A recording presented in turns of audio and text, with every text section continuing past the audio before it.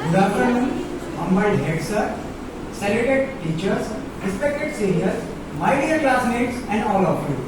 Myself M. Shukla, pursuing Bachelor of Science, 3rd semester. I am here before all of you on this occasion of 16th of September that is celebrated as World Ozone Day.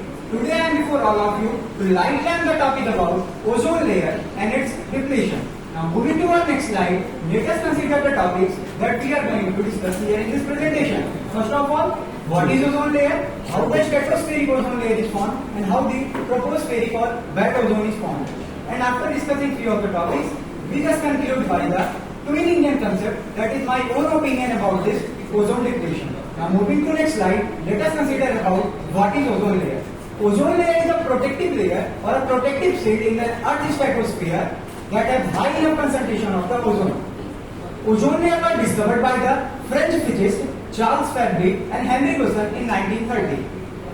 He observed that the total solar radiation that strikes the Earth's atmosphere is not equal to that solar radiation that reaches the Earth's surface. Then he concluded the theory of ozone layer that there is some layer which block the ultraviolet radiation and making life sustain in this Earth. Ozone is a trioxygen molecule. It is an inorganic molecule and it forms the ozone layer. It is an allotrope of oxygen. The total mass of ozone in the atmosphere is about 3 metric tons. It is not much more because it is only 0.6 into 10 to the power minus 5% of the total amount of gaseous matter that is present in the atmosphere, or only having average concentration of 0.3 parts per million or ppm. Now moving to our next slide. First of all, we have to discuss only Earth does not possess the ozone layer. Venus has also its ozone layer at an altitude of 100 km from its planetary surface, but it is very delicate or very thin layer which is non-continuous. Now let us consider the role of ozone layer in this slide by considering about the ultraviolet radiation.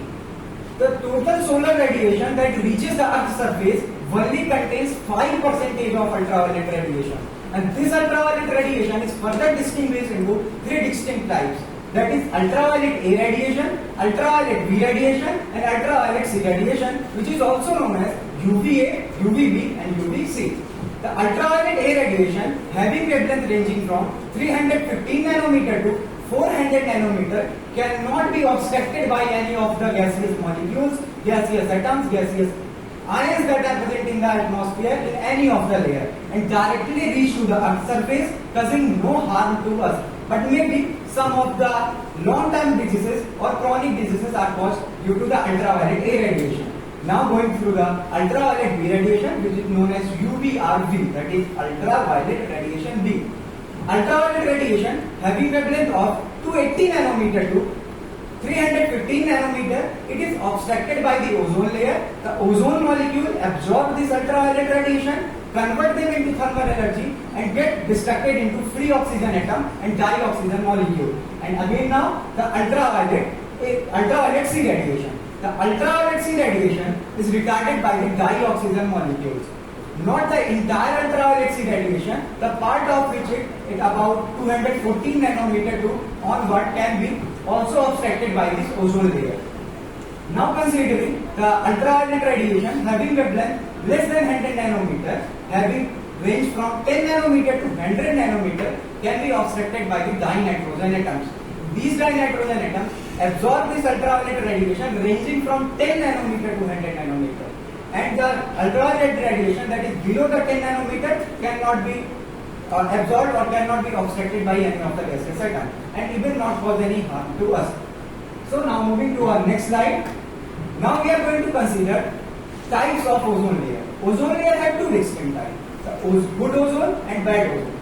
Good ozone is also known as stratospheric ozone because it is present in the stratosphere, and good ozone is located at an altitude of 11 to 16 km in the polar regions and about 23 to 30 km in the equatorial regions. The reason for this higher altitude in equatorial region is the high heat retention in the equators.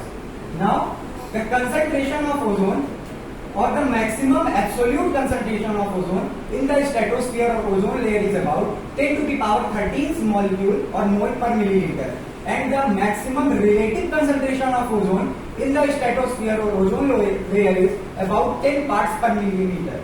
But we have to consider this 10 ppm is the maximum absolute relative concentration, not the average, which is 0.3 ppm. Now moving to the bad ozone. Bad ozone is a pollutant or irritant for us that forms in the troposphere, and it is located at a distance of 2 miles from the Earth's surface, and that's why it is known as ground level ozone.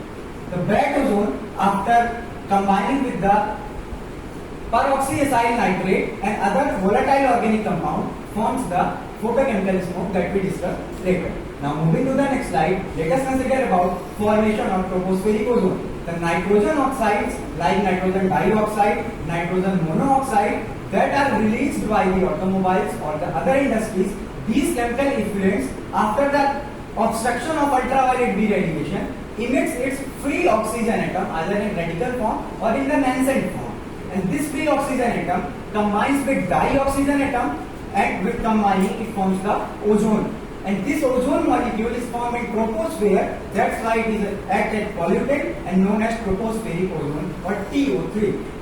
The tropospheric ozone along with the volatile organic compounds like tetrachloroethylene or like xylene and peroxyacyl nitrate forms the photochemical smoke after combining with the water droplets or aerosols that are present in the atmosphere.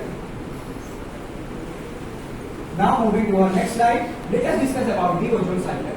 Ozone cycle is the formation of stratospheric ozone. That is the good ozone that is present in the stratosphere. First of all, the oxygen molecules or dioxygen molecules that are present in the stratosphere are struck by the ultraviolet radiation and breaks into two free oxygen atoms. Then one single free oxygen atom combines with the dioxygen forming the ozone. And again the ozone is struck by the ultraviolet radiation breaking into single free nascent oxygen atom and one dioxygen molecule.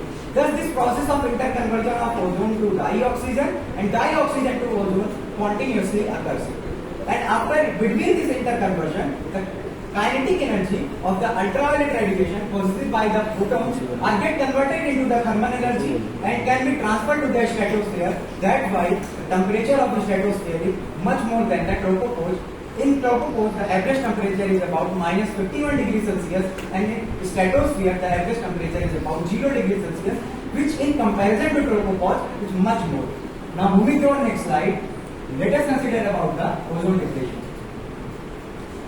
The CFCs that are released from the automobile industry or the refrigerant and coolant is struck by the ultraviolet radiation, and one free chlorine atom breaks from this and it strikes to the ozone molecule and that is present in ozone layer and depleting it. Again, chlorine and oxygen forms the chlorine monoxide and one dioxygen gas is formed.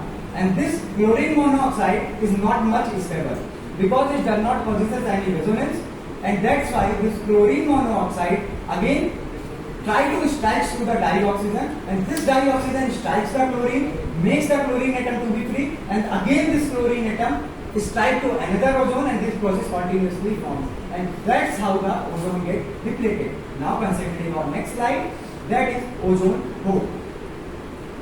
In late 1976, atmospheric research revealed that there was depletion in the layer of ozone by the sum of chemical effluents that are released by the industries, automobiles or any other sectors. And afterward, ozone depletion has mainly two of the related events. The first one is steady or slow lowering of the or decrease in the concentration of about 4% in the total atmosphere that is present in the atmosphere. And now the second one is springtime decrease in the concentration of ozone near the polar regions. And this springtime concentration decrease or the decrease in thickness of ozone layer is known as ozone hole. In the polar regions like in Antarctica and Arctic regions, the ozone hole is formed, mainly in Antarctic region. In Antarctica, about 9.6 square miles of area or about 24.8 kilometers square of area are get depleted, forming the ozone hole. Before moving to next slide, let us discuss about the point that ozone hole is not complete obstruction of the ozone layer, but only the depletion of ozone layer up to a certain extent, that if the ozone layer is about 3 mm, then it gets depleted to 1 mm. Now moving to our next slide, let us discuss about the ozone depleting substances. The chlorofluorocarbons, the hydrochlorofluorocarbons, the halogens or any other volatile organic compounds and peroxynitrile compounds that may cause the depletion of ozone are known as ozone depleting substances. The refrigerants, the coolants, propellants from blowing agents that uses these CFCs and HFCs are responsible or the main source of the ozone depleting substances. Ozone depleting substances includes the refrigerants, halocarbons, solvents, propellants, from blowing agents that are containing chlorofluorocarbons, halogens, NOx like N2O, methyl chloroform. Now moving to our next slide, let us discuss about our international effort against this ozone depletion known as Montreal Protocol. Montreal Protocol is an international treaty against the ozone depletion. Montreal Protocol was signed in 16th of the September 1987 and became effective after 1 January 1989 when 20 states ratified it. The Montreal Protocol needs only 12 states to ratify it, but 20 states ratified it until 1 January 1989, including the United Nations member and European Union members.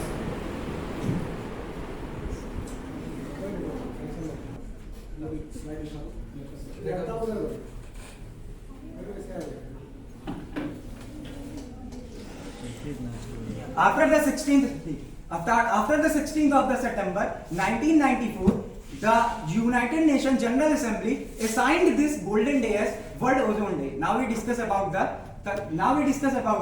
theme of our World Ozone Day of 2022. The theme of this World Ozone Day is to make us realize the 35 years effort against this ozone depletion made in the conferences and made in the assemblies. Now moving to our next slide, let us discuss about the impact of ozone depletion. The impact of the ozone depletion include the CFCs that are released or the HFCs that are released are not only depleting the ozone layer but also act as a ozone depleting substances.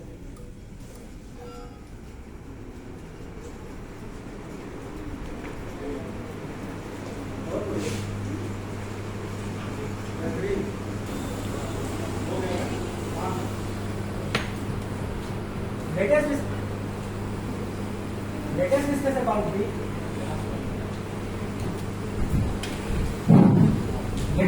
about the impact of ozone depletion. The impacts of ozone depletion includes global warming, biodiversity loss, loss in the vegetation of an area, and many more like sea level rise and melting of the glacier. Let us consider about the global warming.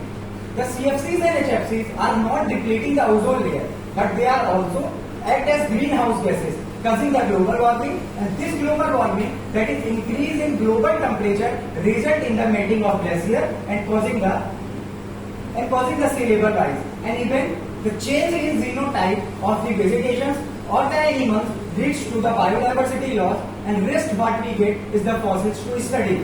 And even the ozone depletion has much more health hazard, including the cancerous diseases, including the direct exposure of ultraviolet B radiation, making fatal injuries. Now moving to our next slide, that is my own concept or that is my own opinion about this ozone depletion. That is twin engine concept of ozone hazard. Let us consider our biodiversity or weather pattern that is demonstrated in this part as a train. Let us consider this weather pattern on biodiversity as a train, and it is only propelled by a single engine of depletion of good ozone, and it has to reach the peak point of climate change. Then it cannot make much thrust as compared to the self-regulatory mechanism of the environment. Once the twin engines, first one is decrease in concentration of good ozone, and second one is increase in concentration of bad ozone. These twin engines make the appropriate thrust to propel this biodiversity or to propel this weather pattern toward the peak of climate change, obstructing the self-regulatory mechanism of environment. Now moving to our next slide, let's sum up this presentation. As we all know that it was estimated that around in 2070 our whole ozone layer get recovered, but it is not I think that it is an international or national issue, but it must be an individual issue, and our head of department mathematics also pointed that thing, that what we individually effort to reduce this global depletion or reduce this global ozone depletion. The first one is we do not use the CFC related products that have some alternate machineries, like by using the CFC insulating materials in the automobiles, or by using the propellants, foam blowing agent, or the aerosol sprays that contain CFCs. And even the military practices results to the formation of nitrogen oxide in the troposphere, and that forms the bad ozone. Thus, a nation has to think of environment first, then to its strength and wealth. So, let's sum up and compile this presentation. Moving to our next slide. Thank you for your kind and attention.